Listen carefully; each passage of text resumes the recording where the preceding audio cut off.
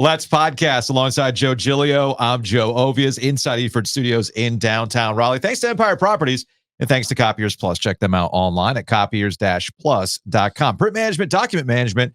Get your stuff up into the cloud. Print out all over your house that the World Series starts at an unbearable time. This is the other instance in which you were right. I actually started seeing this populate my Threads feed about how, I'd really love to watch this marquee matchup between the LA Dodgers and the New York Yankees. But can we start these World Series games on time? I mean, even I looked at the Canes game last night. I'm thinking, 9 o'clock start. I'll watch the first period, right? I'll watch the first and second period. Wait, 10? Nah, I ain't making that. There's no way I'm making that. There's no way I'm making it all the way through the World Series, much like there's no way the New York Yankees are going to make it back in this series down 0-3. Fun fact for the masses, which I'm sure you've seen all of last night and you'll see all of today. Teams in the World Series that are down 0-3 have not made it to a Game 5 since 1970. It's a long-ass time. And there's no way it's going to happen for the Yankees. And I get that Aaron Judge is not the sole reason why the Yankees are down 0-3 in the series of the Dodgers, but he's 1 for 12 with 7 strikeouts. Sir, can I ask you once again, what exactly has this man done? He's not even the true home run king as much as people want to make that a thing. And now, this is where I am convinced more than ever that Yankees fans and New York media are softer than they've ever been. You've had 2 years of Aaron Rodgers and you've treated that man with kid gloves up until right now when it's like, well, we got nothing else left. Okay. Nothing. Mike Greenberg, as of a week ago, was still going, I still believe in this team. You, New York, hardened black heart sports fan. I don't know. I think this team still has a run in them. Based on what? And Yankees, the standard is the standard. You're trotting out Derek Jeter throughout the first pitch. Fat Joe's doing his thing. Aaron Judge is your home run king. Where are the home runs, Joe? Freddie Freeman took them all.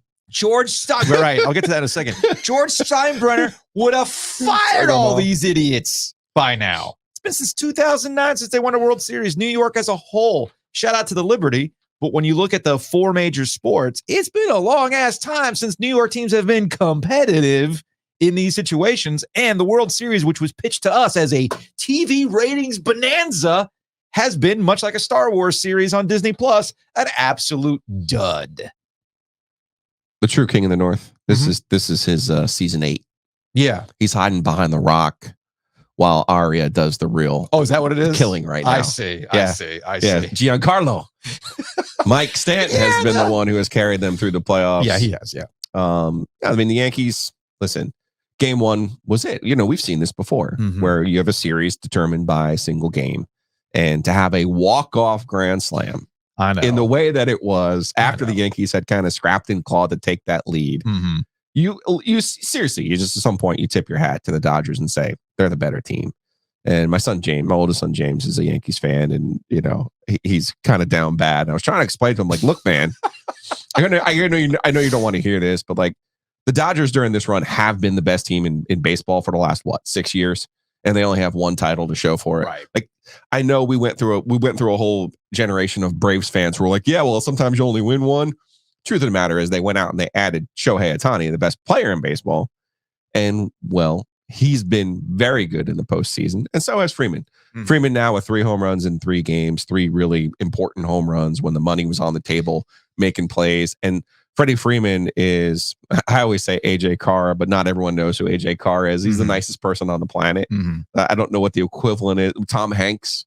Yeah. Freddie Freeman is the Tom Hanks of baseball. I could say that, who dislikes Freddie Freeman? Yeah, I had asked you before we got going today. It's like, are Braves fans like adopting just Freddie Freeman for this eventual World Series for the Dodgers? And again, like, I can't even work up a lather for the Dodgers because it's like, Mookie Betts, yeah, man, he's one of the best players in baseball. Well, let me ask you this. And then, I would have preferred they had done this with the Wolfblood, Trey Turner, while he was on their team. Yeah. But like, I'm not going to get mad about the Dodgers who have, they do have the biggest payroll, right? Yeah. I mean, that's the only thing you could potentially get mad about, but I'll never get mad at a team that's trying to win. And the Dodgers have positioned themselves in the last 10 years of we're being serious about this and trying to win this thing. And baseball has punished them in terms of, hey, man, you might spend the most money, you might have the most talent, but that doesn't mean you always win. Yeah. So here's my question. There's two tangents to go off of here. One is tying it locally and how I'm just not used to markets like New York or any sort of Northeast corridor market where they just all ride for one team to represent the city, or the city gets behind a team, that kind of stuff, right? And the other is related to how things have changed for baseball in the course of 20 years, right? So let's start with that. I was driving around. I was listening to Bomani's podcast. He had Howard Bryant on. And Bomani knows this. Anytime Howard Bryant is on, I absolutely listen to that podcast. I'm a huge Howard Bryant fan. I've read a couple of his books. He's excellent. And what I love about Howard is just how he always has he was always there, right? It's like, so I was talking to such and such when this was going on. It's like, dude, how are you always there? It's incredible. And Howard just put out a documentary called The Comeback. And this is one of those realizations of, geez, man, we're old. Yeah. It's been 20 years since the Red Sox won the World Series when they finally broke through, right? And the year before that, you'll remember Aaron Boone down 3-1 to the Red Sox. They hit the home run and the rest is history, right? The ghosts. Exactly. And Howard was just making this point that, like, for younger audiences, you don't understand that Boston Red Sox Yankees used to be the talking point. That was the thing you talked about, right? I mean, even if you were a casual baseball fan, you got caught up in, oh my goodness, Yankees Red Sox, right? But 20 years goes by, the nature of sports has changed. The NFL is king. Major League Baseball has become more of a regional sport over time, and I kind of feel the same way going into this, in that, like, hey man, we got Yankees are back, backs up against the wall. Yankees Dodgers. I mean, this is a TV ratings bonanza. And most of what I saw in the news headlines overnight and today has been, hey man, Russell Wilson, right? And the Steelers. It's like, dude, like, we've come a long way where this has happened, which gets me back to my whole New York thing. And I get that media has changed over time, and New York is no longer the center of the media universe anymore. This is where I like to tell the story of Roy Williams having the most cogent point about the state of our business back in 2017. It was the first time I was up in Brooklyn. Brooklyn. Yeah. And Mr. I don't do social media holds up his phone and he's like, this is where you get all your news now. You don't need New York papers. I'm like, whoa, Roy is sneaky with the tech stuff, right? Anyway, I digress. The point is, as everything has kind of been watered down in New York, I do wonder if even New Yorkers have watered themselves down because they know they're not the center of the media universe anymore. Nobody's looking to them. Or are you just beat down? I mean, that's my curiosity, because you once told me years ago, man, you ain't built for New York. New Yorkers ain't even built for New York anymore, man. It's true. So, like, what's happening? It's true. Because again, if you're down 0-3, you're the Yankees, and you've got all these guys in your lineup, including Aaron Judge, you'd be livid. The back of the newspapers would be making fun of Aaron, like all sorts of stuff. Instead, it's like, woe is us. What are you, Cleveland? You Boston before 2004? You Chicago? Come on, I thought this was New York. I'm a little thrown off here by this. Yeah, I'm going to date myself tremendously here. Okay. And I'm going to try to do my best impersonation of you doing an impersonation of Colin Cowherd. I see. Okay, you ready? I'm ready for this. All right. Well, it's a lot like Cheers, right? Cheers. It was a show about a bar in Boston. There was a guy, there was a girl, boy meets girl. Do you know how many seasons Cheers was on for?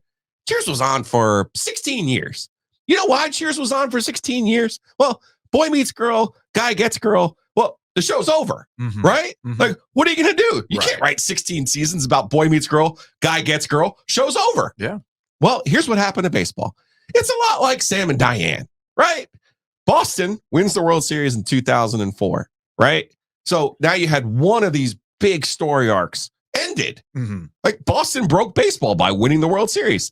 And then really, here comes the pin in the coffin. Big one. When the Cubs win in 16, shit, man, boy meets girl, they got married and died on the Titanic. Like, you can't even rewrite the story anymore. There's nothing left. Yeah. So, it's a lot like Cheers. If they had just, met and died. So you got to keep it going. You got to throw in a Kirstie Alley. You got to throw a twist in there. You got to bring Frasier in. No, the trope in those shows is they always bring the precocious kid. Right? Oh, that's when you know it's over. Like, they got a catchphrase. Oliver. Yeah. Then you jump the shark with Oliver. Yeah. Oh, no. To really date myself with the Brady Bunch. Yeah. So all I can think about is the senator's son. We'll twist the mustache on today's show. He ordered the Deshaun Watson contract. He is making sure the Browns never win the Super Bowl. He will do everything in his power to make sure that Josh Allen. Oh, you thought it was Tyreek Hill who beat the Bills the year that Josh Allen played out of his mind in the playoffs? No. That was the senator's son behind the scenes saying, "Don't let this turn into baseball. We cannot let the Browns and Bills win. We have to have Sam and Diane chasing each other. We have to be Cheers." That's a good point. That is a good point. I never thought of it that way. It's a very good point. And that gets to the other tangent. See how proud of myself I am? That's very good. Okay. And that gets the voice wasn't great, but it's fine. You do it better. It's fine. But that also gets to the other tangent in that, doing so much stuff here, right? There's no one universal thing that drives you other than wanting the other team to not have success, right? So it's not like there's this big, like the Canes, right? Let's use the Canes because the Canes are the one thing in our area that truly keep everybody like together. Yeah. All right. And the Canes have been to 2 Stanley Cups. They've won 1. And while there is a lament of, hey, man, it's been a long time. We're approaching 20 years since the Canes won the Stanley Cup. They've had this success. They've had some cracks at it. Man, they missed it. They moved on. But there's something else around here where you can turn your lonely eyes to in your own little corners. So you're a Canes fan, but you also happen to be a Carolina basketball fan. I'm good. Yeah. Did you see Ian Jackson the other day? Nice. Not bad. I'm good, right? You're a State fan. Missed it. Hey, you know what? I mean, we're just coming off this high going to the Final Four, right? I'm good. Michael O'Connell remains very handsome. Exactly. Yes. And you're optimistic about what the season can be about. Duke fans in the same boat too. Like, hey, Duke fans are not in the same boat. Duke fans are on the war machine year. Well, this is true. I got a proposition for you, sir. That is true. That's a very, very good point. So there's always something else that you can kind of go to, sure, right? When the Canes are done. In those cities, it's like, all right, on to the next thing that we all obsess over. That's why I always love listening to like WIP when I'm up in Philly. Like they moved from Philly's getting knocked out in the playoffs to this is terrible, fire everybody. And then they're also in the mix of Nick Sirianni. Like, all right, well, Phillies are over. What's next? Damn it. Nick Sirianni sucks too. And then you're going to call up WIP and everything else. Joel Embiid. Yeah, the process. Oh, geez, all that stuff, right? So around here, we don't get that. Everybody goes in their little corner after you're done with the Canes season and you move on to the next one. So it's just a foreign concept to me, but it still doesn't take away from my original point in that in the last 20 years, something has changed in New York media where they're almost the punching bag rather than the one throwing the punches. Well, I mean, media in general has been deteriorated. So, who would be the big voice in New York at this point? Like when I was growing up, you had Mike Lupica, you had Pete Hamill. You had people that you looked to, and after a fight, the big Adrian Wojnarowski. I read Steve Flitty today about Judge, but the big voice, to answer your question, the big voice now is doing the thing that we're doing. Sure, taking money from a sports book, doing YouTube after darks. You know what I mean? Yeah, like it's all the same now. And Pat McAfee's not holding it. Oh, you Francesa, but Pat McAfee's not going to hold anybody. Like, in my opinion, and for a fact, I would say, when I was growing up, there was a sense that the New York media would hold those teams accountable, because they were never hard luck stories. They were always teams that had money, had resources, and should be competitive on a year in and year out basis. The Giants last night have no reason being as bad as they are. And when they weren't, you wanted to know why. Yeah. And the people on that wall, Jack Nicholson, were the different papers. The different radio voices came later, but the different papers, the different writers, the different TV, Warner Wolf, to date myself a little bit here, asking those questions, which was always the role that I took at NC State. Like, I was always the one Anybody can podcast on Monday. Anybody can ask questions after a win. You know this. Oh, of course. You know this. Of course. I made my career out of asking questions after a loss. So, but now what do you have? You don't have any of that. Like literally, we didn't talk about it, but did you see Trayvon Diggs came off the game after a loss to the 49ers when their season was basically like, the guy was like, took a shot to the solar plexus, and the first thing he wants to do is find somebody who tweeted during the game about you being lazy on a play. He had his phone in his hand. That's the wildest part. And I'm just kind of like, okay, this is a different world that we're in now. Yeah. So I think there's two different things, right? There is the structure of media, which we talk a lot about, and the deterioration of that, right? So there's that. And in New York, by the way, it's louder than anywhere else. That's one thing that you're missing in New York.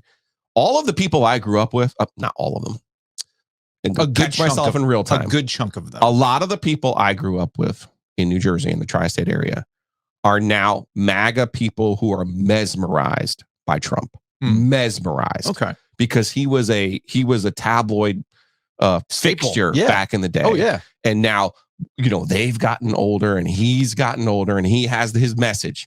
And those people believe everything that he says all the way, and they eat up the fake news. So that has deteriorated the state of New York media because you probably have a majority of people who believe that. Okay. So there is that. I'm telling you, look no further than the rally at Madison Square Garden. Yeah. How tone deaf do you have to be in Madison Square Garden? There's more Puerto Ricans in New York City than anywhere other than Puerto Rico, right? And for the guy to make the comment about Puerto Rico that he did that I won't even repeat. Yeah. How tone deaf do you be? But that's the bubble that these people are living in now. It is a bubble, right? Okay, that's number one on the media. Number two, the thing that baseball has done, which I find to be amusing, and I see it through the lens of my son. James is 20, or will be 20 in April, right? He follows baseball now. He actually cares about baseball. He did not grow up caring about baseball. No. Okay. He follows it now. And the interesting thing about baseball that they've done is they've actually fixed baseball. And I give Rob Manfred credit for this. And I say it in this sense, fixed in this sense. Okay. Baseball was too slow, too long, too boring, too stodged, too clinging to its ideals and numbers of the past that quite literally don't matter anymore because of what had happened in the late 90s and early 2000s. Okay. So for our generation, baseball is in a morass. Yeah. And how do you get it out of that morass? I don't know, other than being in those cities. When you're in those cities, you can follow those teams. You'd be amazed. You've never lived anywhere that's had a baseball team, right? Well, Miami doesn't count. But they have a team in 93? Yeah. You were like, I was 14. Okay. But you got to remember, I'm not saying it like it's a badge of honor to live in a city that has baseball, but I know it's very easy. Baseball is a rhythm. Yes. It's very easy to fall into the rhythm of baseball. There's a 3-game series. Who's in town? Back in the day, you'd look at the box scores. You'd follow your team. Right. You'd be on it. The pitchers, this and that, everything and the other. Okay. It's really easy to fall back into baseball when you're in a baseball town. When you're not, as I like to tell you, baseball is a niche sport. Yeah, I'm not in it every day. They just so happen to be in the biggest niches in the country. But what they have fixed is the speed of the game. They've done away with you can't celebrate. They've done away with you can't be an individual. Right. We have guys with different personalities. They just might not cross over in a national type of way that you want them to. But baseball, and given the influx of players, just like we've seen in the NBA, baseball is actually better now than it's ever been. I would also argue that it's probably easier to get into the rhythm of following baseball if it gets into your media routine, like John Boy media, right? So if you're not familiar with John Boy, it's this guy who made his bones doing comical video breakdowns of plays, lip reading, all that kind of stuff. So he grew that into his own podcast empire. It's much easier to do it when you're talking about the Yankees every day than it is, say, Triangle Sports, right? A little bit of a bigger niche. Like I said, it's a much bigger niche sport, right? But it just happens to be in the biggest niche in the country. If James gets into that slipstream of okay, I'm kind of interested in what's going on with the Yankees, and you're getting fed John Boy stuff every day and you're listening to the podcast, it's much easier to get in the rhythm of what's going on with the Yankees without ever actually being in the city. Again, we are much more in a flattened state right now. It's the reason why, again, on a smaller niche, we understand, and I've had to kind of calibrate how I think about stuff. we are providing a connection back to the triangle for people who don't live here anymore, right? Or, I went to school here. I only spent 4 years here, but I like NC State. I like Carolina. I want to know what's going on in the triangle. Well, here's this podcast for you, right? Which is why we have listeners that are out in California. We have listeners in Atlanta. We have listeners out in Charlotte, all that kind of stuff, right? So I think it's probably easier for somebody like James to get into it now on a daily basis if it's in your social media routine. It's like with my 16-year-old. It's like he does not watch any TV. He watches zero TV, and yet he knows what's going on because of TikTok. That's where he gets his news. So I have to recalibrate how I think about stuff, but it doesn't take away from my central point, how we got in this conversation. Back in New York, soft, straight up soft.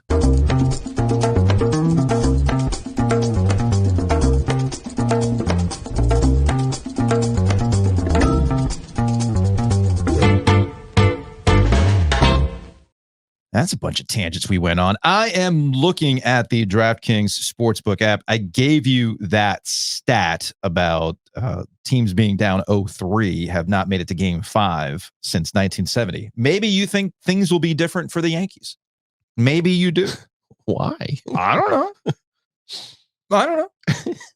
But you can go to DraftKings right now and go ahead and put something down. There's playoff series props, right? Right now, the Yankees are plus 1,100 to win the series. That's it. That's surprising to me. Well, because it's the Yankees. That's true. I think another team would be down like 30,000. Yeah, that's probably has something to do with it. Regardless, go to the DraftKings Sportsbook app today. You can look at futures for things like series. You can do first inning bets. There's all sorts of stuff that you can do. And of course, with the NBA being back, you can get into single game parlays. You can do one of their pre-baked. A bunch of guys hitting different threes. Like you can go 5 different players who are going to hit X amount of threes, put $5 down on that. Maybe it's like plus 900. All sorts of fun stuff that you can do at DraftKings, an official sports betting partner of the NBA. Every point counts with DraftKings. Download the DraftKings Sportsbook app. Use that promo code OG24 as a new customer. You will get $200 in bonus bets when you bet just $5. Only on DraftKings. Again, $5 gets you $200 in bonus bets instantly when you use that promo code OG24. DraftKings, the crown is yours. You ready for the legal? Let's do it. Gambling problem? Call 1-800-GAMBLER. In New York, call 8778-HOPE-NY or text HOPE-NY 467-369. In Connecticut, help is available for problem gambling. Call 888-789-7777 or visit ccpg.org. Please play responsibly. On behalf of Boot Hill Casino and Resort, Kansas. 21 plus, age and eligibility varies by jurisdiction. Void in New Hampshire, Oregon, Ontario. Bonus bets expire 168 hours after issuance. For additional terms and responsible gaming resources, see dkng.co/bball. Nailed it again. I'm on a run. Housekeeping. Big thanks to Eno Ivana. They're actually coming out to the house today. Not every day, every 2 weeks. Check them out online, enovana.com. If you have mess inside your mansion or trash in your cabana, get it clean with Enovana. We got a new show for OG Triangle Media. We announced it yesterday. We're very hype about this. It is the Women's Basketball Podcast. It will be hosted by Mia O'Brien and Mitch Northrum, who you know from this podcast. Mia is down in Jacksonville, plugged in with women's basketball, women's college basketball. Mitch, as you know, is an AP Top 25 voter. We talk a lot of ACC hoops with him. So we will be launching this, I believe, this week. I know the trailer is up on wherever you get your podcast. Mitch is going to be providing some content as well for the newsletter. And it all gets back to what we said when we launched OG Fans at ogtrianglemedia.com. In order to fund other content, we need ways to bring in money to fund said content. Yeah. And that was the whole point of getting that subscription model going, was to bring some additional revenue in so we can funnel that back to other folks so that we can get some content for what I think are underserved markets. And I know we've all been paying attention, but women's college basketball has been on a heater. WNBA has been on a heater. And I think it's prime time that this market took women's college basketball a little bit more seriously. So we're going to do it. I mean, you can talk about it or you can be about it. So we're going to try to be about it with a new podcast. No better authority than Mitch. No, Mitch is absolutely fantastic. So head on over to ogtrianglemedia.com today and sign up to be an OG fan. Big thanks to Matt Davis over at State Farm. We are going to be at the office out in Garner on Thursday for Halloween. I'm hyped to get my Jake from State Farm polo. Mm-hmm. The rare moment in which you get to see me wear a polo. It's the only time I'll allow it. You can also come see us. We have Hurricanes tickets to give away. For what game? TBD. Oh, okay. Well, it's not for Thursday's game. It's for later in the season. I got to put that on the social medias as well. Yes. So by all means, head on over. Davisboro in the G. So come visit us on Thursday and get registered for Hurricanes tickets. In the meantime, just contact Matt Davis today. InsureGarner.com, DOGinsurance.com. We're called 919-779-8277. Big thanks to O2 Fitness. It is more than a gym, even though yesterday I did go for the specific purpose of the gym. O2 Fitness, so much more than a gym. Jacob was very much in a mode of, well, we don't have that additional ice time today, right? I go, no, we don't. He's like, so can we hit the gym? I'm like, yeah, dude, we'll hit the gym. So while he was working on his upper body so he could absorb some of that checking into the boards, I was just on the bike, man. I was on that, what is it called? The recumbent bike, the one that you sit down, where you're like laid back, not like an actual stand-up bike. Yeah. And I was on there for about 45 minutes working up a sweat. Look at you. Doing the fat burner, thighs jelly after that, wearing my Joe rowback shorts while I was there. It was a massive corporate champion kind of day. So go to o2fitness.com, o2fitnessclubs.com. It is more than a gym. They've got Renew Physiotherapy. You were there yesterday. Are you ready for the next step in our relationship? Sure. Are you sure? Sure. Is this back to the Diane thing? Are we finally going to do it and then end the podcast? No. Okay. I need you, just as Shelby and Rand and Victoria used to help me. Yeah. In our previous. Oh, do I got to rub you down? Not rub. Are you familiar with the TENS machine? No. The pulses? No. They're like little pads. Yeah. That you got to position them like diagonally from each other. So is this a situation where you're going to take your shirt off and I got to put stuff on you? Correct. But there's no rubbing involved. Okay. They're just these adhesive pads. It's a little bit like it looks like a Thomas Dolby video. Oh, like, okay. Like yeah. Shock the Monkey. That was Peter Gabriel. Sorry. Yeah. But yeah, since it's like here and here, it does require like a second party to be the person who helps me out. Okay. I say this because when I went yesterday, Krista helped me out because you know me. I struggle with the Amazons. I said, listen, I love it. I got myself a heating pad at home. I've been trying to wean myself off of the Icy Hot. She's like, how's it going with the Icy Hot? Not great. I go, no, I'm doing better because I have a heating pad at home. And so she says, okay. And we do the TENS with the heat. And she goes, well, what about, getting a TENS? I said, all right, well, you tell me which one to get. Of course, she helped me out. But then I thought to myself, what I need now? I need an assist from Ovies. So it's time to take the next step in our relationship. Oh, that's some OG fans content if I ever thought about it. Big thanks to Rowback. Check them out online, rowback.com. OG20 is the promo code. Use that, save 20% off your order to get things like the gym shorts that I was using yesterday. Very comfortable. All right, we're almost there. Oh, geez. We're almost there. All right. I've got choices for you people. Okay. One of those choices does include this logo. Mm-hmm. And then do you have the flag with our name on it logo? I mean, yeah, the Post-it note one. Yeah. Yeah, I have that. The other is that logo. Okay. To clarify for my friends who listen to our show. Oh, okay. We are not giving away these sweatshirts. No. These hoodies. No. We will have access to these. You know how hoodies. Shea Serrano has his secret email club? Yeah. It's kind of what this is. It's a secret hoodie club. Yes, but they're not free, right? People, right? I don't know if some of you interpreted it just that like way. Shea Serrano does not give you access to the secret email club for free. Right? You usually have to pre-order a book. I just want to make sure in order to get into that. People have their head on a swivel on this one. So again, if you would like something that has I'm like, why am I struggling so much with our actual logo? It's okay. I mean, I can put it on the YouTube thing. I don't know why you're so obsessed with this. There it is. There's the Post-it note. Oh yeah, up here. Yeah, in the upper left. Yes, perfect. Yeah, that's the one. Mm-hmm. That's going to be on a blue, and then our friend the drinker will be on a heather red. Oh, okay. Nice. So you let me know which one you want. You tell me your size, and then once I have 12 of each, I had about 10 people reach out yesterday. Mm-hmm. So once I have 12 of each, then I will put the orders in. We'll get them back. We'll be on our way. Gotcha. So this is all my way of saying email me, giglio.joe@gmail.com. Thanks to our friends at Roback. And now if you want something, any of their unbelievable choices at Roback, use our promo code OG20.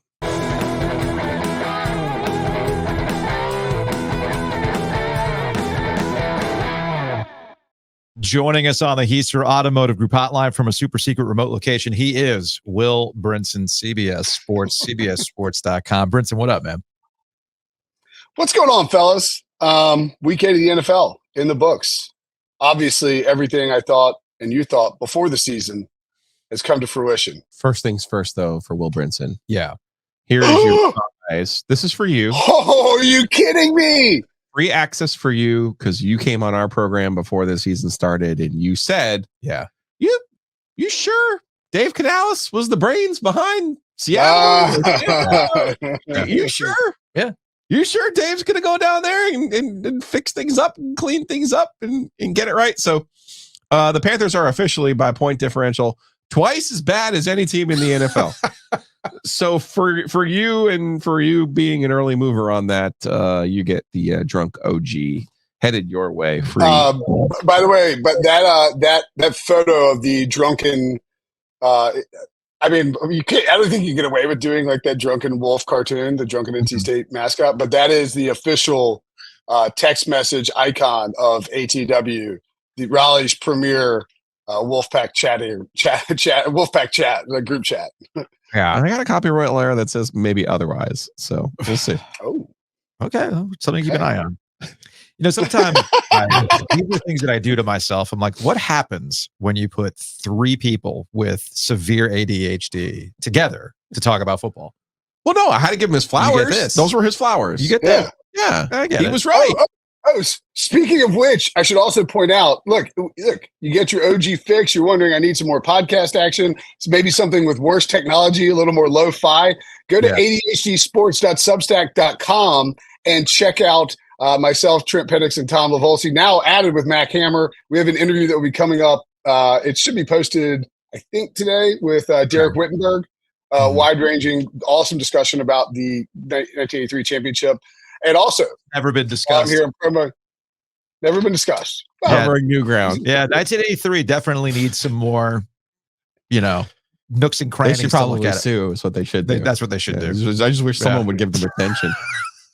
Also, I would like to note that I am, and you guys, I don't think this is an approved advertiser, but my segment is sponsored by Have a Nice Time Gummies. Okay. Fantastic. These are the sleep version. Help you go to sleep. Maybe you're rolling around in bed. You can't go to sleep. Ease you right off. You can get these at nicetimegummies.com. They are locally. I don't know if they're locally sourced, but the Fanes run. My friend the Fanes run Nice Time Gummies. And if you go to checkout and use promo code SPORTSBALL, you will get 15% off your full order. Shout out to Catherine Payne for the promo code SPORTSBALL. So Nice Time Gummies, check them out. Highly recommend, and you'll be supporting local or something. Brinson at the Rialto was too long of a code word. Don't make me bang that mic, man. Do you want to talk about football? I do, but here's my number one question for you, Will, and you obviously you follow this, and this is your livelihood. I say we get, on an average, we get 2 good NFL games per week. I think the NFL sucks this season. I think it sucks.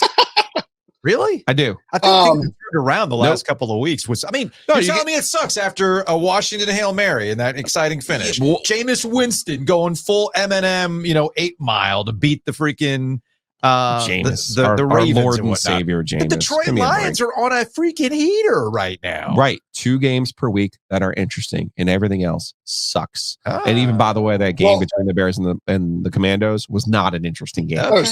It was pretty. It was like I was like in the middle of that game. I think I was doing a Panther Stadium show, or I was doing something, a radio hit, and I was like, these Bo Nix Rookie of the Year tickets might be kind of live. Like these guys are struggling now. Obviously, that's dead. I would say that one thing that I've noticed over the last couple of years with the way that the NFL does the schedule and how it sort of warps the perception, how we see the league as a whole, is the first 2 to 3 weeks. You have teams that obviously teams that struggle. Everybody's covered that ad nauseum, but the NFL really, really stacks the primetime games for the first 2 to 3 weeks of the season. And you get these fully healthy teams, the better teams playing in the primetime slots. And you feel like those island games are awesome. And the rest is like, you're kind of watching like, all right, this is like, two turtles trying to see who can crawl across the finish line first. And then when you start to get into the middle of the season, sometimes those primetime games can be a little like, you go into it like, I'm not saying Giants Steelers wasn't, just like you go into it, you're like, all right, like this could be a bit of a bleh. And you have maybe the main slates end up being a little heftier. And I think that's been the case the last couple of weeks where we've at least had, even if it wasn't perfect football, we had insanity in the 4 o'clock hour. And then you tack on the end of Commanders and Bears. And I would also add that one of the things that the NFL has done in the way that it's changed the rules and the way that it's sort of officiated is it allows almost any team.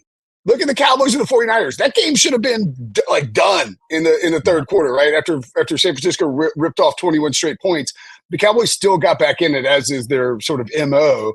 But just the way the NFL, the passing rules, and just sort of how the game has kind of evolved, it allows for almost any team to get back in it, which can lead to something like Commanders Bears, where it's a field goal fest for one team, nothing on offense for Chicago, and then all of a sudden you have these boom, boom, boom, 3 just quick drives that are just lead to incredible drama at the end of those windows, which I think ultimately, even if you don't like watching the whole product, like if you get a bad game, like you get Panthers Broncos in primetime this week, it's like, what are we doing? And that could happen, right? You got right. Bryce Young was decent his rookie season.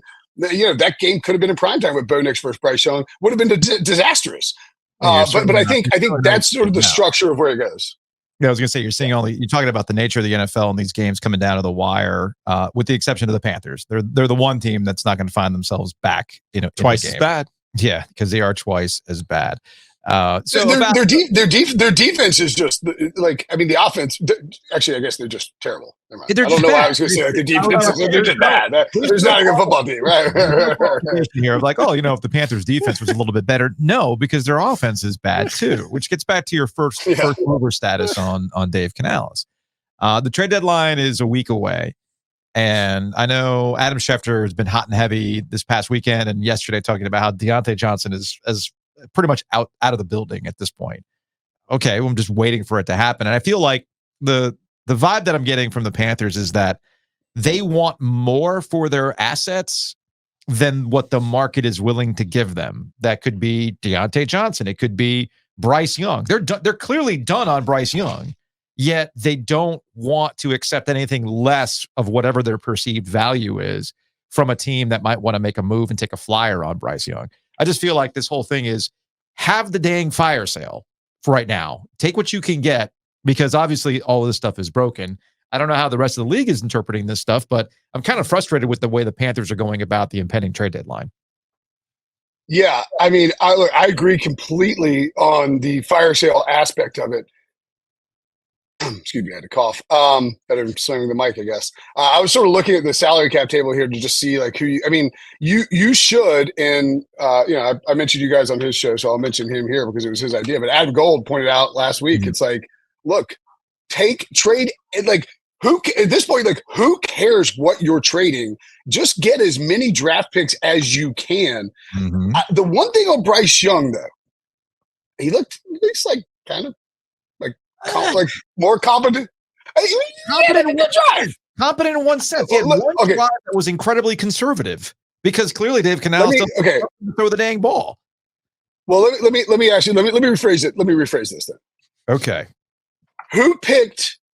Who decided Bryce Young was the guy? David Tepper. David Tepper. Or maybe David Tepper's wife. Who was the same? But David the Teppers. I'm not going to put this on the wife. Right. Put it on David Tepper. Yeah, exactly. If there's I feel like the way that the tide is turning just sort of a public perception on Dave Canales prior compared to like what it was preseason, I could see David Tepper talking him into like, it's like the old Arrested Development meme, where it's like, did it work for them? No, but it might work for us. Like I could see him talking himself into what if it is Dave Canales is the problem? Let's get another coach and see if we can bring him in here. Like you're not going to get a Ben Johnson type. Would that be that crazy if David Tepper fired a coach after 1 year and brought in a guy to try to fix Bryce Young? He's already done it once. But at that point, who's taking that job after you fired 2 coaches within a year? You fired 2 coaches in 2 years. Who's taking that job? Deion Sanders? I mean, because that's the only way you're going to get Deion Sanders. Look, the old cliche. There's only 32 of these jobs, and there are only a few guys out there who will. Like, there's a group of coordinators of coaches. Whoa! You said it yourself. Getting back to Dave Canales, the only reason why he has that job is because nobody else wanted that job. So you're going to end up with another Dave Canales situation.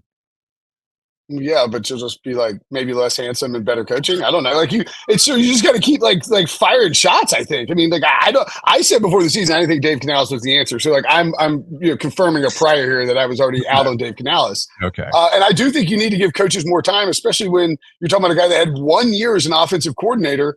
The offense wasn't even like Baker had a great bounce back year, but it's not like the offense was wrecking shop. Sure. It was mostly like Rachaad White running for 3 yards at a pop. I think you do need to give coaches time. At the same, time, I think that I wouldn't be shocked if David Tepper decided this isn't the guy. Let's see if we can find somebody else. He's not going to get a big splashy name unless it's like a crazy retread. Like Belichick ain't coming to town, but you'll find. Well, yeah. I mean, I'm not suggesting. Belichick. No, that's just you're almost like you're talking yourself out of your own statement. No, he's saying I do that a lot. Be surprised. No, I get that. I mean, there's nothing wrong with what he's saying. They're not moving on from Dave Canales. He's not saying that. He's saying he wouldn't be. I wouldn't. I would say that even odds at best. No, they're not moving on from Canales because the whole thing here is they get Canales and Dan Morgan together, and you have to look. If David Tepper wants to steal all this crap from the Steelers, why won't he do the one thing the Steelers are actually good at, and that's giving their coaches time?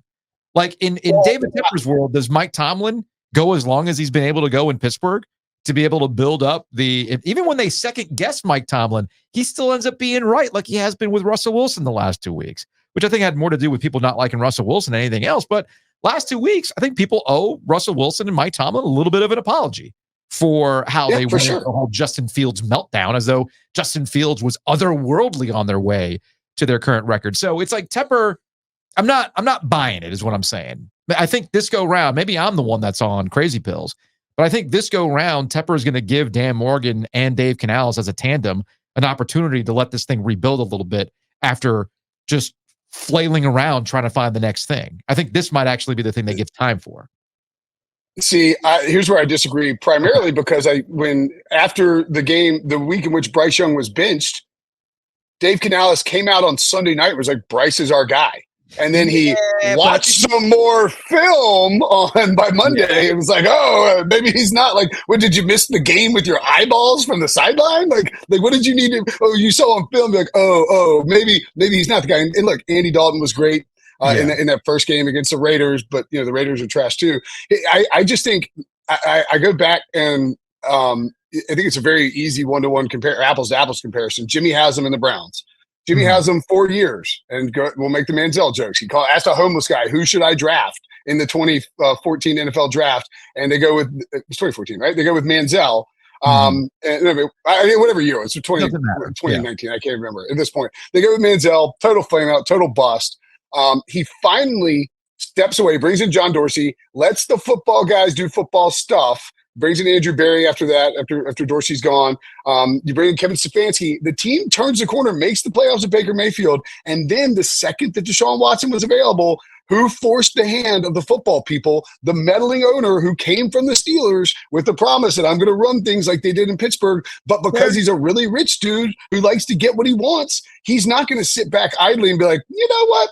That was a worse season than last year. Maybe Dave Canales does deserve another year. I wouldn't put David Tepper I don't think I held out hope that he was hands off before the season. It felt like that with the offseason moves.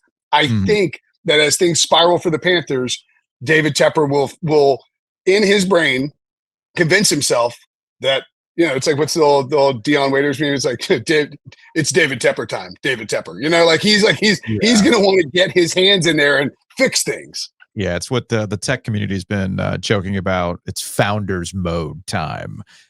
We're going to go into that. Exactly. That's exactly right. But here's where I would disagree with you on this. And I think Canales is learning. You're trying to use logic. No. And I'm trying to figure out why you're using logic with this guy. No, hear me out. Hear me out. Yeah. I think Canales took this job under the guise of you sound like Dave Canales on Monday after the week 17. This is what I'm saying. Dave Canales takes this job under the guise of I got to fix Bryce. So he's doing what the owner wants him to do. So after week 2, Bryce is our guy because, well, Dave Canales has to say that in order to keep the owner happy. But the further we've gotten away from that, and I've seen the reporting on this was a decision where both Dave Canales and Dan Morgan and the Brain Trust were like looking at the tape and going, look, Tepper, man, I know you hired me to fix this guy, but I got a locker room to consider. I got other pieces. Like if you want to see if you hired the right guy, I got to be able to run my offense. I cannot run my offense with this guy. I was saying what I had to say, and now I'm not. And I think we've seen from that point on, Canales, again, learning on the job. I mean, how many times have we pointed out? We've had fun with it where Canales says something. You pointed out the tell. His truth comes out first. Then he tries to go back on it. And I think Canales has learned from that week 2 to just not say shit. He learned. You give him credit all the time because Frank Reich was saying stuff he shouldn't have been saying. Yeah. So I do think that in this particular case, Tepper has been hands off because they're allowing Andy Dalton to be the starter. Otherwise, they'd be wanting to double down on Bryce Young because I gave up all these assets to get Bryce Young. My wife loves Bryce Young. Well, clearly they're not going back to him. Well, here's where I would push back on the reporting angle of this a little bit. Within 10 minutes of the announcement, or like the reports and then the official announcement from Dave Canales that he was benching Bryce Young for Andy Dalton, there was I can't remember who it was. I don't want to call anybody out because it was like so flagrant. But it was like somebody tweets out, according to my sources, David Tepper had nothing to do with this decision. Which is like, yeah, okay, right. I remember that. I remember that. You have to. We lost Brinson. We lost Brinson. Come on. I think I'm back. All right, you're back. You're back. My AirPods are being funky. Like you're back on radio. You just Brinson's connection went out. Drink. Oh no! Here we go again. No, but I'm saying, like, how often do you have to leak out that the owner didn't make the decision? Like, if you have to leak that out, it probably means the owner was heavily involved. And 2, how often do you really have to do that? It's just a preposterous situation. Well, Brinson, CBS, we appreciate the time. Go get your gummies. And we'll see that promo code. Nicetimegummies.com, baby. Get off your keister and get to nicetimegummies.com as well as Keister Automotive. All right. Well, we'll talk to you later, man. All right, boys.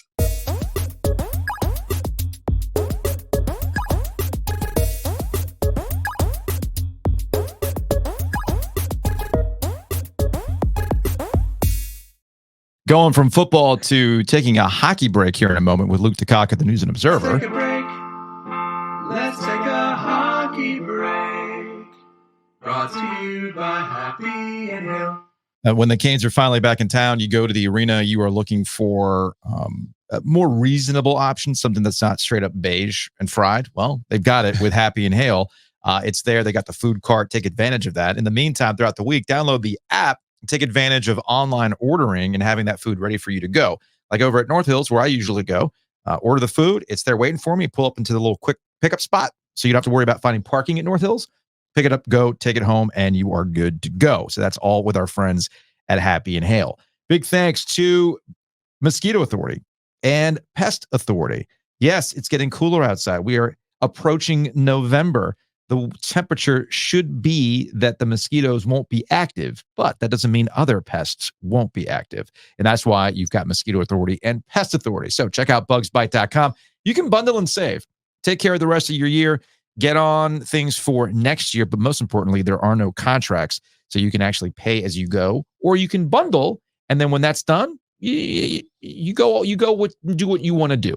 So head on over to bugsbite.com. Big thanks to Nature's Relief. Check them out online at naturesreliefhempstore.com, RELEAF hempstore.com.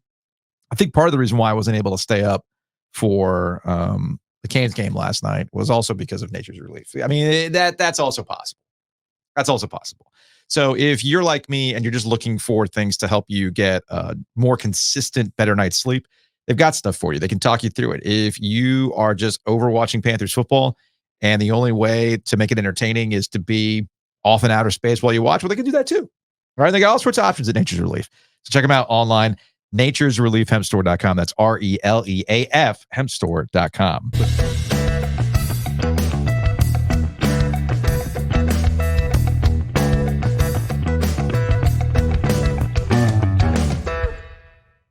Joining us on the Heister Automotive Group hotline is columnist for the News and Observer. He is Luke DeCock. Luke, what up, man? Fellas, good to see you. Good seeing you. Good seeing the Canes coming back to town. The fair is over. We get to see the Canes back in action at home on Thursday. Huzzah. Here's my crazy idea. You ready for this? Last year, Carolina Hurricanes were in their cup era, right? Cup window. Bring everybody back. Let's freaking go. They go on their NC State Fair road trip. How'd they do on that road trip, guys? Pretty good. No, they didn't. They only went twice. What was that was the goalie disaster with last year. I thought you were talking about that was Ottawa and Winnipeg and Calgary, and that was a complete disaster. Total disaster, right? Not to divert you from your point, but the end of that trip righted the ship. But anyway, please continue. No, that's a valid point. That's a valid point. So this year, everybody's all like, "Oh man, what are the Canes gonna do? They didn't sign these guys. They're going like value. Oh no, Rod's mad. Yada yada yada." And then they go on this road trip and they put the hammer down, Luke, looking dominant on the road. So I'm here to tell you, this is like some T. Martin energy, Peyton Manning, Tennessee, right? What's the Ewing theory? Bill Simmons stuff, right? Canes are all in for the cup. Where's my DraftKings app? Let's freaking go. Look, all jokes aside, this is not the kind of road trip dominance that I think people expected when they went on the road. The Canes look pretty damn good, all things considered. Yeah, and should have gone undefeated. I mean, honestly, the goaltending let them down in St. Louis. That's already one of the best road trips in franchise history. Certainly one of the best state fair road trips, one of the best road trips, period. Not an easy trip playing Vancouver and Edmonton and being down 2-0 in Edmonton to Connor McDavid single-handedly. So much to like about that trip. I'm surprised. I really thought it would take this team longer to hit its stride. I think you see that with the new guys. Like, I think Roslovic, despite his goals, still trying to figure out the way this team plays, although certainly has made progress. Same with Robinson. Carrier looked great on night one and has kind of bounced around a little bit. It's going to take these guys a little time. But when you look at what Gostisbehere has done for the power play, when you look at the way Marty Necas is playing, when you look at the fact that they've, until last night maybe, had kind of done this without a ton from Aho and Jarvis and Svechnikov. Those guys I thought were good last night. It's remarkable. I mean, they really have sort of jumped a lot of the progression that you would have expected to see from a team with this many new guys. Why is that? I mean, part of it is when you have guys like Marty Necas playing as well as he is, it becomes a force multiplier. Jesperi Kotkaniemi, you've been waiting for these guys to do something. Like, just, you want to grab them by the neck and shake them like Homer and Bart and be like, would you please just do this? And now they are. And this is kind of what you were like, okay, well, this is what we were waiting to see all along. And obviously Necas is playing with a ton of confidence right now. He's got to keep that going. And they've done this. I think Andrei Svechnikov has played fine. He's played to his ability. He hasn't scored goals the way they're going to need him to score goals over the course of the season. But that leaves room. There is room to grow here. This team can get better. The defense can get better. The new guys can become more impactful. But I think, you look at the games they've lost, certainly the St. Louis game and the first goal last night in Vancouver, they take the lead. They've got all this momentum. The Canucks go behind the net and, Kochetkov just has this like Chernobyl meltdown in net with like arms and limbs and gear and sweat going all kinds of different directions. That can't happen. Like, so the fact that, Freddie's already in the bubble wrap, Kochetkov has had some irregular starts, certainly in St. Louis and at times last night. Spencer Martin's with the team now, coming back with them. That to me is the big concern now. Can the goaltending hold up? That's always been a concern. It's a concern for every team, obviously. But I think we have some experimental evidence that the Hurricanes are winning despite goaltending. Freddie, when healthy, has been great. I mean, he's been statistically, he's one of the best goalies in the league so far, but that's never really been the issue with him.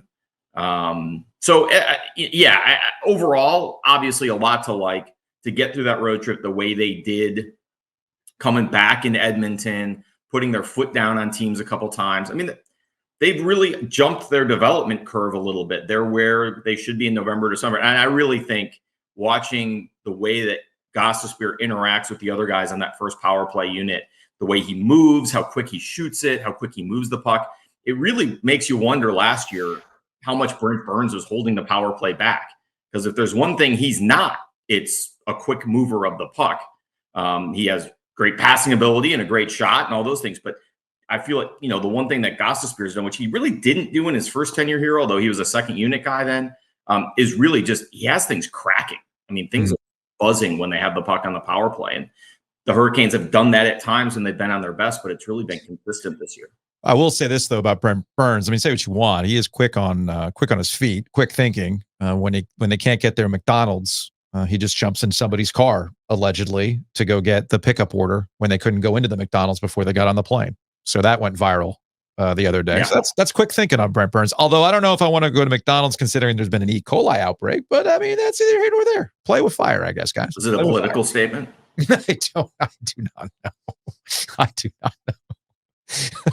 Who knows? Anyway, I just thought the McDonald's story was amusing. Good for Brent Burns.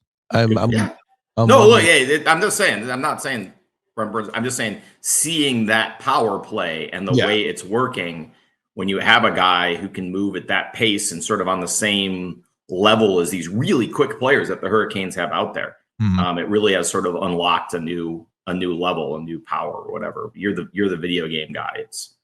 It's a new item in the inventory or something. Do the Canes need to pull a 76ers and put Burns and Orlov on ice so that they're actually like fresh for the playoffs? Because thinking back to last year, obviously Pesci doesn't play. Shea's, you lose Pesci, you lose Shea. I thought they were both problems in the playoff last year. And obviously they look pretty good to start this year because, hey, man, you get a summer off, you feel pretty good.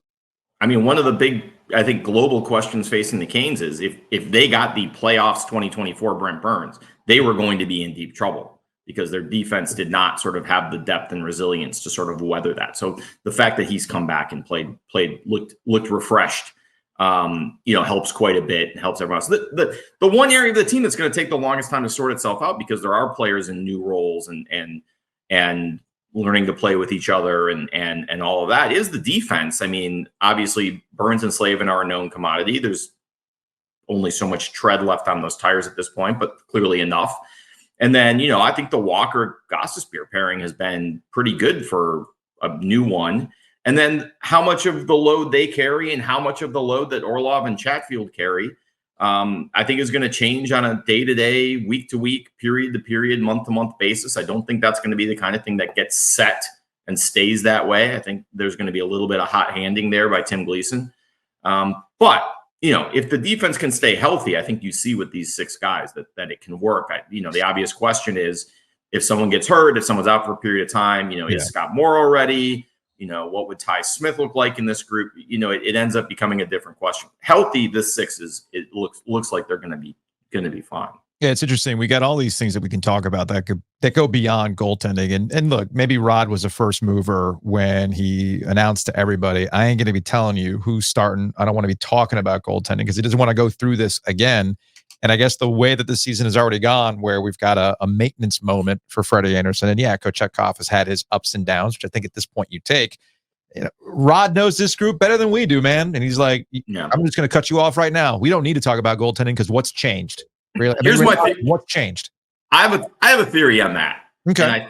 And it comes from last year's playoffs, and particularly Game 6 against the Rangers. Right? Game 6. Yeah. I think he found himself backing himself into a corner with the goalie because he was announcing it publicly. Yeah. I think if he had to do over again, Kochetkov starts. And I think that's his self scout on that is I want more freedom and flexibility to make that decision without feeling like I have to reveal it to everyone. So I'm with you. I don't think he would say that publicly, though. I'm with you, though. I asked him. No, he would never, ever say that publicly. Because I asked him point blank about that in the summer, like going back and how the things played out with Freddie and Kochetkov. Would you do it over? And he goes, he's going through like, no, you got to understand X, Y, Z.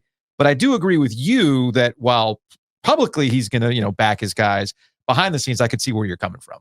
Yeah, I think organizationally, the people I talked to, when they sort of broke down what went wrong over the course of that playoff series, that was one of the things like, okay, we have to put processes in place so we make that decision correctly in the future. And if not talking about the goalies publicly is part of that, then fine. Like, look, I think it's stupid. I think it's stupid when coaches play stupid coach games with goalies and lines and, don't read too much into these lines. And then, of course, the first day of training camp lines are what they come out at for warm-ups on the opener. Like, we all knew that was coming. Yeah. So, I think that's all just a waste. Like, Giglio will tell you this. Like, nobody liked playing those games more than Paul Maurice. Like, it was just a freaking waste of everybody's time and energy. But if it makes you feel good, great. Now he's got a Stanley Cup. Nobody can say crap to him. Right. But, so fine. If Rod wants to do that, there's 31 other coaches in the league playing stupid coach games. Go ahead and do it. It doesn't change who he is as a coach. He's still, I think he's struggled over the years to figure out the right balance with the media of honesty, which is his sort of default bluntness. And then the sort of learning the sort of political side of it. Like, when I say stuff about my players, I better make sure that's the message I want them to get. And learning to send messages to players through the media. I think we've seen that more over the last couple of years. Marty's got to be better. We need Sebastian to put like, that's very, he's learning that that's not something coaches just blurt out, but it's very deliberate and calculated. So yeah, doesn't want to talk about his goals. You know who that hurts? Honestly, fantasy hockey players. Tough shit, fellas. And who cares about them? I mean, do you guys have a sponsor that's no fantasy hockey? All right. No. Yeah, who cares about them then? No. If you guys end up getting some sponsor who's like a fantasy hockey goalie insider deal, then we're in trouble. It doesn't affect DraftKings because I can go in there and like, goalie aside, I think Aho is going to score in this period. So we're good to go. Something as simple as that. You got anything else for Luke? Joseph? No, I'm happy for you, man. Hockey's back. Basketball's almost here. We got a monster to chase. I feel good about hoops. Yeah, hoops is going to be fun. Column was right, man. Mm-hmm. You're like, we tried football, but it's not really it's not really our thing. Know yourself, right? Was that exactly. What's the philosopher that Lecter quotes in Silence of the Lambs? Thing. What is its essence? What is it? This is like, man. And look, hey, for a long time we didn't have hockey, right? And it was just basketball before my time, obviously. Yeah. We've managed to do both now. And quite frankly, as I mentioned in the column that you just referenced, a lot of other things, soccer, tennis, field hockey, golf. I mean, like there's a million things to do here that aren't college football. Why are we so hung up on the one sport we're not good at? So it provides us one moment. That's the State Carolina game. Yeah. It's the one moment. Sometimes. Hey, I will say this. If I can have one football take before we go here. Yeah. I think the Virginia game was a great example for UNC of, like, my personal opinion is Mac should have gone out with Drake. Like, look at the foundation we left you. I did what I came here to do. The program's on solid footing. We fixed all the Fedora era problems. Everybody's pulling on the same rope, blah, blah, blah. Mm. And then obviously the James Madison game was cataclysmic and everyone can second guess that. But I will say this, what UNC has gone through the past 2 weeks and the way they played against Virginia, I think you can make a really good argument. I don't think it's an argument. I think it's a fact Mac Brown ended up being the right guy in the right place at the right time for this group of players and this university, and that experience and the knowledge and the sort of understanding of people, humanity, which is, not something we always see in football coaches. I think you can say that Mac has that and other guys don't, is what this group needed to get through this sort of tragedy, loss, whatever, the whole Tyler Kraft's illness, his passing, having to go out and play the next week. I give Mac a lot of credit for navigating that situation. And I think when we do the post-mortem of Mac 2.0, there'll be a lot of second guessing about, was last summer, last fall, last winter, whatever, the time to turn the page and sort of transition to the new regime. I think we'll look back on the whole Tyler Kraft situation as maybe it was for the best after all, even if the football team's been absolutely terrible to watch with the exception of Saturday. And they had to go through the James Madison game and play like 5 typical UNC games. I think there's some good, for all I criticize college football and dislike it and all that, I think this has been a example where college football has been a force for good, because I think that the campus, the team, they've all rallied around the loss of one of their teammates. And I think Mac's done a really nice job shepherding them through that. And this is why I'll go back to saying that the State Carolina game will provide, because Mac's going to walk off with a win over State in Chapel Hill. That's what's going to happen. You already placed that wager on DraftKings? Oh yeah. Mac's already got the speech ready. I mean, shout out to Andrew Carter, because I know he had his they beat Duke, I still got it, yada yada yada. Mac's got that I beat State speech ready to go, and reframing the last few years with that one game. He's ready to go on that one. You get no argument from me on that. That is 100% Maction. Very much, and that's why he's really good at what he does. That's why he's the best. All right, Luke, we appreciate it, man. We'll talk to you later. All right, see you guys.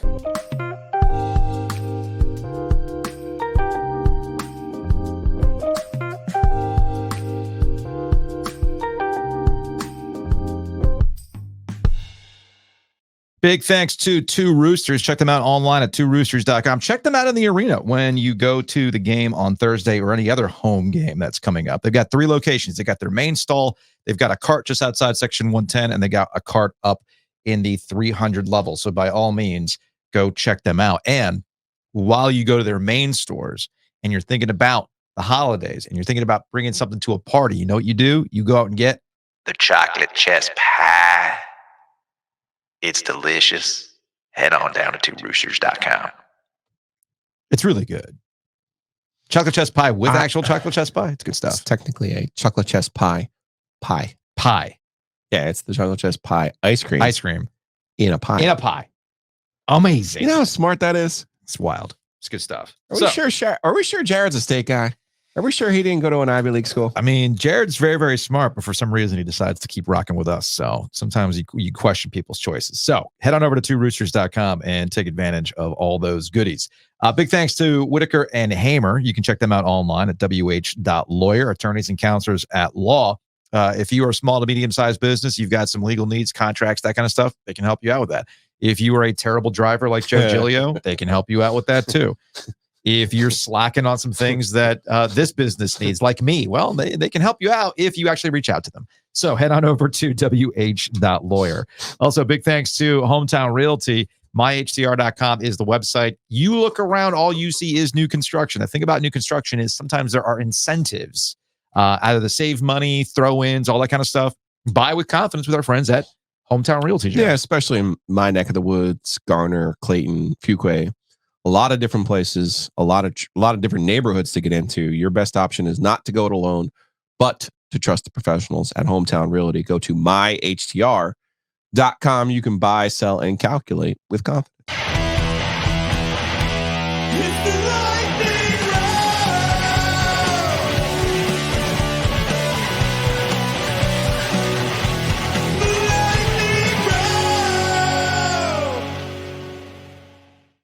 Big thanks to Sam Jones Barbecue. Check them out in downtown Raleigh. We talk about a lot of events, maybe tailgating, or you know what? Maybe you just want a no sweat Thanksgiving. Well, Sam Jones can handle that for you. They'll do the turkey for you. Okay. That's key. Or maybe you're going to do the turkey, but you don't really feel like doing like sides. They can do that for you too. All at Sam Jones. Check them out online. Better yet, just go by their restaurant and see what we're talking about when it comes to Eastern North Carolina barbecue. Yeah, downtown off of Lenore Street, right there by the amphitheater. Great spot, great outdoor seating, great spot inside. You can do your office events there. I went yesterday for lunch. Mm-hmm. I got the barbecue. Yeah. It's chopped. Mm-hmm. I had an awakening when it came to that. Mm-hmm. I got the beans because I'm going to get the beans every time now. I got the potato chips. They make their own I haven't chips. I don't think I've had the chips. I get the fries typically. Right? Yeah. But potato chips. Okay. Good. Okay. I thought maybe even Hayes Perma would be proud of me because I got their cornbread. Mm-hmm. I didn't do the sweet cornbread. I got the regular cornbread. I felt very it's more like felt corn very, pone. Yeah, I felt very Eastern North Carolina of me, very Greenville of me. Speaking of Hayes, I had to yell at him yesterday when I was driving down Glenwood, and he was just taking his sweet ass time in the middle of traffic, getting into his beater of a pickup truck with a bunch of trash in front of the Rialto. In front of the Rialto, that tracks. Doors open. I just rolled down my window. I'm like, "Get out the dang road!" He's like, "This is my neighborhood. You're in my turf. It's my neighborhood." And of course, Jacob's like, "What the hell just happened?" I'm like, "Don't ask, man. Don't ask. Don't ask." No worries. Speaking of Hayes Permar, who's a sleeper agent when it comes to the Tar Heels, he never wants to admit that he's actually a Tar Heel fan. Sure. We've spent a lot of time talking about Cooper Flagg, putting it in people's ears, or Duke putting it in people's ears, as you like to say.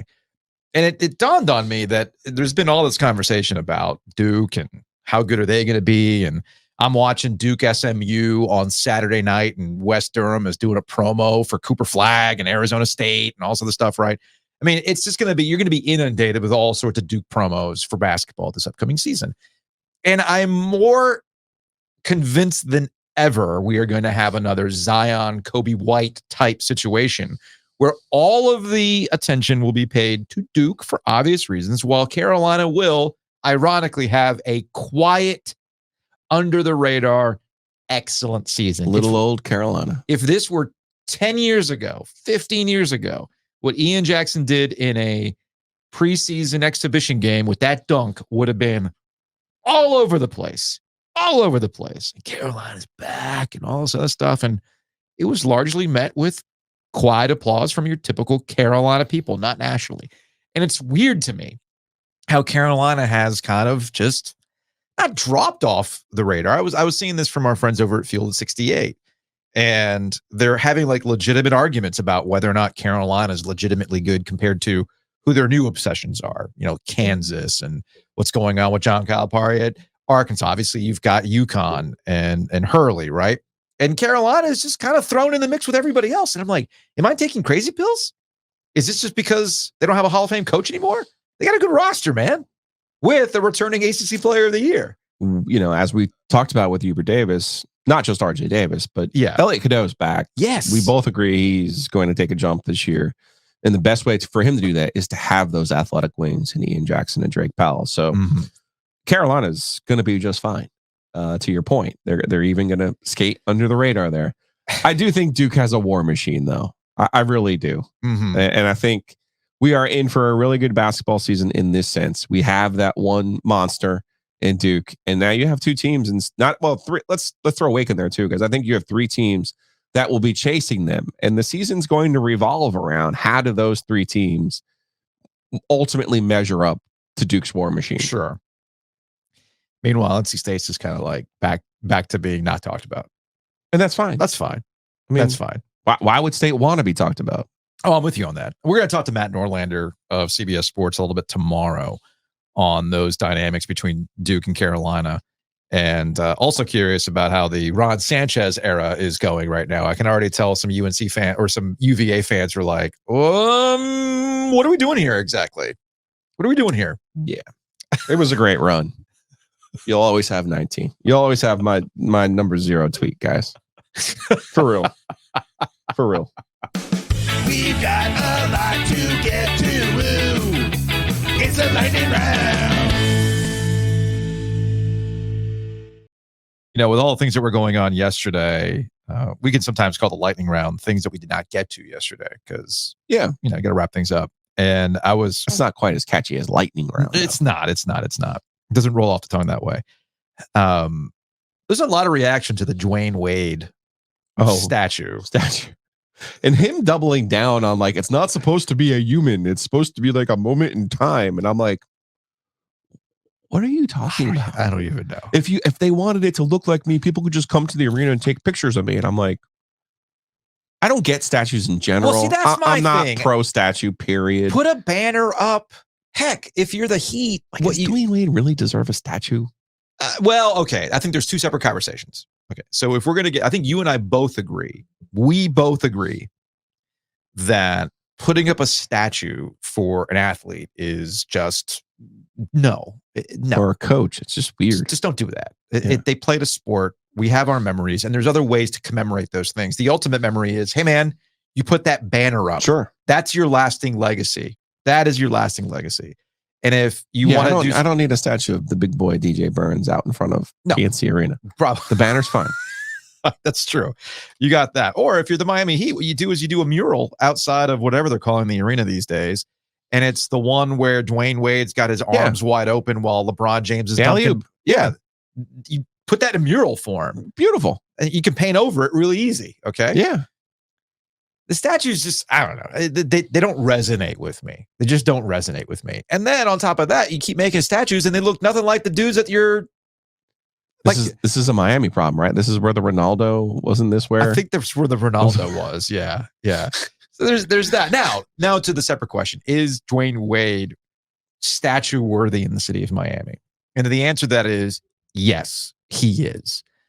Because if you think about iconic Miami professional stars, there's really only one that resonates, and that would be Dan Marino. Yeah. Okay.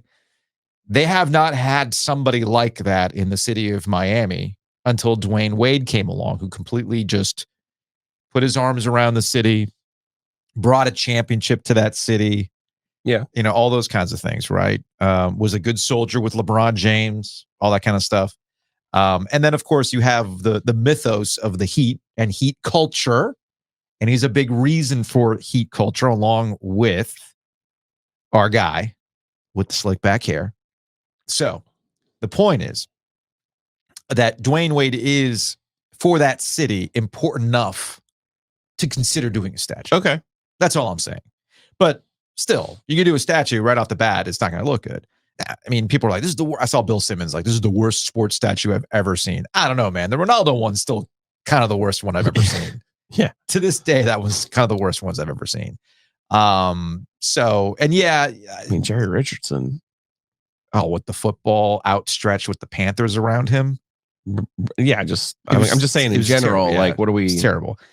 Now, maybe we need to do, instead of statues, we should do more like velvet Elvis paintings. Oh, okay. Like the statue, I don't want a statue. No. You don't want a statue. No.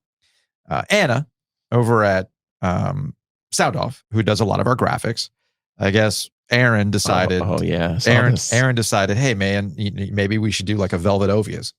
Right. So this is what was sent to me. I don't know what I'm doing here. I don't know why. This is the picture of the I put the stickers and you were in the background. And remember I said, do you want to be in the picture? And like you leaned over. Oh, is that the face that I was making? I never saw the picture. Yes. I never saw the picture. Yeah, because you have me blocked on Twitter. That's true. That's a good point. That's a good point. So I see this and I'm wondering to myself, if we're going to have anything commissioned, right? Is that the face that you want? If you're watching on YouTube, it's this very terrible face of mine. Do we want it the equivalent of the crying velvet Elvis framed art? I like that. Like, could we do that? Thing it'll lay around your neck? Yeah. A white jumper? Well, I don't need the lay around my neck. I would just have my headphones down around my neck. That's what I would do. Is that what we want to do? We want to try that? There's a lot of hair there, though. I mean, what are you going to do? Yeah. I mean, even in the velvet version of me, I had a lot of hair. So sometimes, well, just like Dwayne Wade. That was Joe, who somehow gave you hair in the character. But, but I had a receding hair. Hey, look, like we discovered with the Dwayne Wade statue. Doesn't mean it has to. It's a moment in time. Artistic interpretation. Exactly. Yes. Exactly.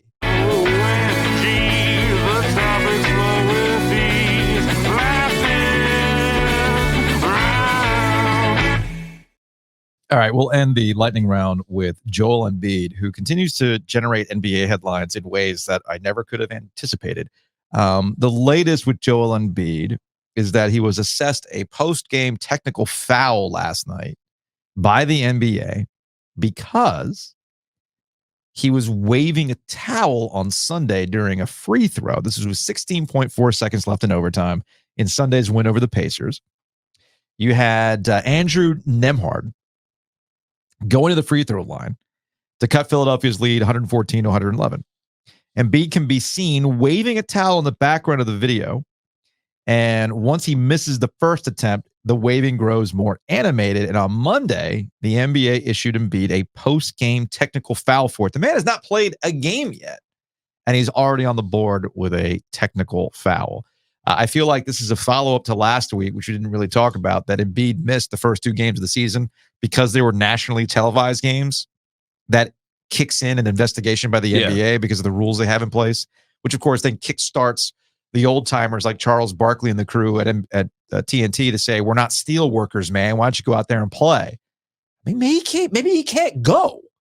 Do you ever think of that? No, they've straight up, the Sixers have straight up said this year, and I don't blame them. Okay. They have straight up said, our entire goal is to have Joel Embiid be healthy for the playoffs. Okay. He will not play in any back-to-back situations. There will be times when we rest him, and that is it.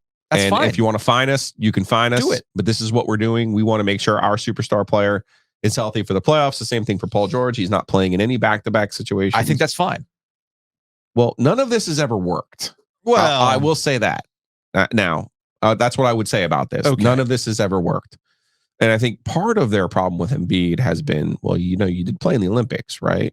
And it was like, well, yeah, he did. And now it's like, well, I want to rest during the regular season. And it's kind of like, okay, I'm not going to get into that. Listen, if I'm the Sixers and I have a superstar, I want to make sure he plays in the playoffs. When is the Olympics?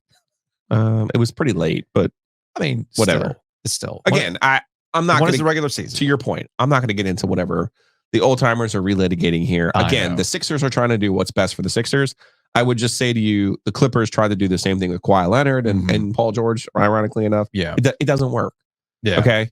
You got to play when you can play. You could do the LeBron thing and take a week off in February, an extra week after the All-Star game. I think that always helps. Get on the banana boat. Go hang out. Go do what you got to do. Get yourself mentally prepared to get back in this thing and get ready. I would have no problems with, heck, you and I back in the day, I remember going on and doing a radio hit with you and talking about the best thing that happened to the Patriots was Tom Brady getting 4 weeks off to start that year. Yep. Right? It was all part of the plan. I mean, suspend me. I get it. Suspend me. I get it. It's okay. You're talking to a guy who would take naps every day if I could. Yeah, I know. Right? Like I'm taking a nap right now. I need an everyday break. Jeez. Never mind a February break. So I'm not going to get into it with the old people in Embiid anymore, or even George. It's been proven it doesn't work, so just let them try it. Unless you're the Lightning and you have a guy coming off That's of right. long-term IR, and you've got you got awesome my bad. cap My bad. space implications, and then suddenly they're ready to go in the playoffs. Why? And, oh, look at that. Amazing. We'll drop them in.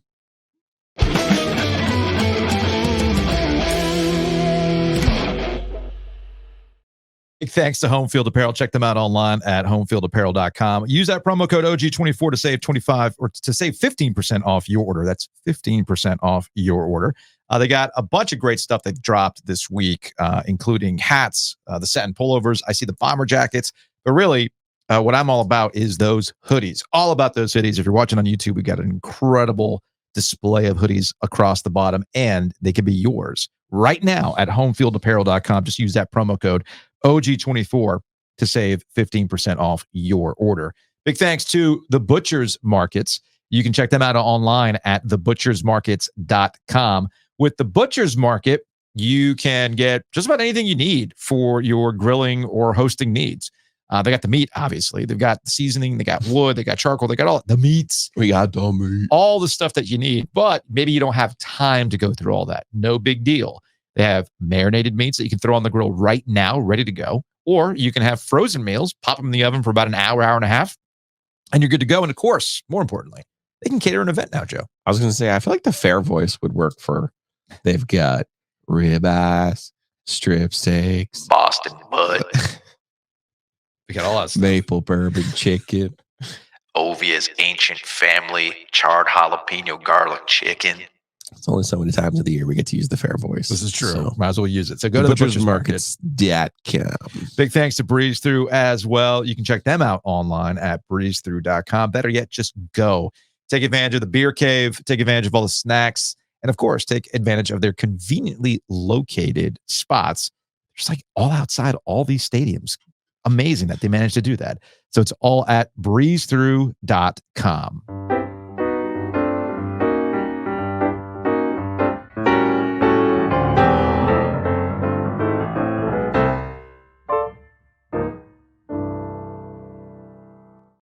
All right, let's get out of here on some Hey Joe. I believe we'll go to Twitter, where Paloma, a.k.a. Chris, has Dorn had a game as big as this Duke SMU game this deep into the season? Wade half empty is disappointing. I feel like this is two questions. Wallace Wade being half empty on a Saturday night against SMU is par for the course with Duke. There's just not a lot of Duke football fans out there. They try. The Devil's deck looks like it's pretty good. I know they've sold out a couple of those games, but Duke football is what it is. Manny Diaz, that's separate from what the work Manny Diaz has done. Now, as far as the question about Dorn having as big a game as this, I mean, do we go back to that Louisville Wolfblood Moon game on a Thursday night at Carter Finley with Lamar Jackson at QB? Is that the one? No, because the Clemson game was November 4th that year. Oh, that was for the Atlantic Division title. That year. Okay. I can't keep track. October 5th was the Wolfblood. They beat Lamar. Okay. And then November 4th, a month later on that lunar cycle, it was like one of them was like a wolf moon. One of them was like a red moon, harvest red moon. Yeah, they've had a couple of weird moon games in that situation. No, but the Clemson game in 17 was the year, man. I mean, okay. I don't know. And I've been fighting with Carolina fans about 20, not fighting, but well, actually, not even. It's a back and forth of actually. Like they're trying to make a point, which I get. Yeah. And I of course I'm not going to move off of my initial point, which was like my initial point was basically there was no difference between 2018 NC State and 2020 Carolina. One of them just got to play in the Orange Bowl and one of them didn't because of circumstances beyond really anyone's control, which was kind of my original point. Paul texted. Yeah, I emailed him. I sent him my list. He's like, State had an opportunity to do the same thing Carolina did, as they didn't play Notre Dame or Clemson and failed to capitalize. I bring this up because I think, this is 20 in Carolina in the Orange Bowl, right? I bring this up because I think what is really going on here is some wolf blood hating on Carolina accomplishment. If that's the case, by all means, be a hater, Giglio. It was not all an good accomplishment. That's my whole point. Just don't sit there and tell me what reality is when you're the one living in a timeline outside of reality. Play the Jeff Bizdelic sounder because Giglio's arguments are based on nothing but hypotheticals. Where is my Bizdelic? Our radio people told us that you take away those runs and we outscored them by 19. So from Matthew on Twitter, Dave Canales is going to see the same thing with this game tape as he did with the others. Bryce ain't it, and the sooner you know it, the better. Yeah, I mean, look, I watched some of the Dave Canales press conference yesterday, and it all comes down to whether or not Andy Dalton is healthy. If Andy Dalton is healthy, which they'll find out a little bit later on in the week, then he's going to start. If he's not healthy, then they're going to have to go back to Mr. Young. GSO Mike with Dunk 42 whining about running up the score. Panthers were 12.5, minus 12.5. Broncos won by 14 points. At least they weren't like the Packers falling down inside the 5 and failing to cover hashtag shit matters. Yeah. Yeah, that was, things people get wrapped up in sometimes. I had two real-time clarifications and corrections. I need to put that in the system. Oh, okay. I haven't done it yet. Well, one of them was Brian's also. I assumed that as a white skilled player went to Iowa, but Ricky Pearsall went to Florida. Yeah. And then I looked it up. Cheers was on for 11 seasons. Okay. Not 16. Okay. I got caught up in the moment. That's fine. I was cooking. Yeah, man. It's like, where were you when the Germans bombed Pearl Harbor? I mean, come on. It's fine. You're cooking. 11, 16. It's all good. There's a lot of episodes. From Al Hood. So when is Courtney Bangart going to be on to talk junk about State on the women's basketball podcast? I mean, whenever she wants. I think the only person who won't be on is Kara Lawson, who has like a jihad against the media. I feel like if Mitch can get Kara on, numbers, baby. Numbers. I mean, it's a weird deal. From Kevin, hey, Joe, tell me something good. I got another Panthers good news for you. They have outscored the Eagles in the first quarter. Yeah, the Eagles are on that weird, they don't score in the first quarter thing. But you know what? Sure. Tell me something good. Tell me something good. Wait, I thought we took one item off. What was it? Because they have one win. They have one win, but that's just the one I have baked into the system. I'll do it again later. I mean, I'll still take what the Eagles are doing over what the Panthers are doing. But yeah, you know what? You told us something good. And finally, from Two Growls, One Roar, I think you can convince Dave Dorn to roll up to Keenan in this. And it is a savage. This is a limo. A Wolfpack limo that says "Hungry Like the Wolf," and it is for sale right now for $5,000 out in Wake Forest. A 94 Lincoln Town Car. 30-year-old Lincoln Town Car limo. I think I went to prom in one of these. Joe Ovies, radio guy, would have bought this and made a bit out of this. I know that. Oh, easy for $5,000? Yeah, easily. Yeah, we could do it now. Technically, we do not have $5,000. Should I dump my my tax money stash and put it into this? Is that a tax write-off? We do. Hey, no, we don't. How many stickers do people need access to? That access is good to get that limo. Access is good, baby. Let's go. Let's make that access thing happen. Anyway, that's gonna wrap it up. We'll see y'all tomorrow.